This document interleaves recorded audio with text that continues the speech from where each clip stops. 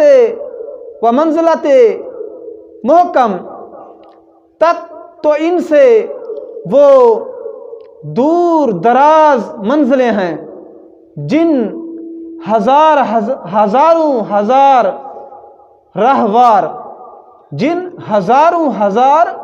رہوار برق کردار، یعنی مطلب یہ ہے کہ ایک تیز گھوڑا اتنی تیز رفتار، بجلی سی تیز رفتار کی طرح دوڑے، صبا رفتار اور ہواؤں سے باتیں کرے، ہوا کی طرح دوڑے تیز رفتار گھوڑا، تو فرمایا پھر تھک رہیں و قطع نہ کر سکیں، تو فرمایا پھر بھی وہ تیز رفتار گھوڑا، بجلی کی تیز رفتار اور ہوا سے باتیں کرنے والا، ہوا کی طرح دوڑنے والا تھک جائے پھر بھی اپنی منزل تک نہ پہنچ سکے۔ فرمایا اتنا فاصلہ سمجھ لو حضرت مولا علی اور حضرت امیر معاویہ رضی اللہ تعالیٰ عنہ کے درمیان ہے۔ جو مقام حضرت مولا علی کا ہے، جو انہیں درجہ ملا رب کی طرف سے کہ وہ حضور کے چچا زاد بھائی، اور جتنا ان کی فضیلت کے اندر احادیث آئیں، اور پھر حضور کے داماد، تو فرمایا ان کا مقام تو بلند و بالا ہے، اور اتنا فرق ہے کہ ایک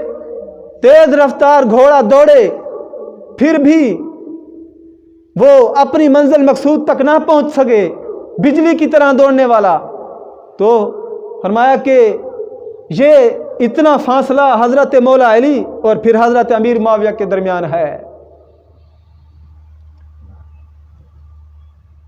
آگے فرماتے ہیں مگر فضل صحبت اور شرف صحابیت اور فضل و شرف سعادت خدائے دین ہے، و شرف سعادت خدائی دین ہے جس سے مسلمان آنکھ بند نہیں کر سکتے، تو ان پر لان تان یا ان کی توہین و تنقیص کیسے گوارا رکھیں۔ اعلیٰ حضرت فرماتے ہیں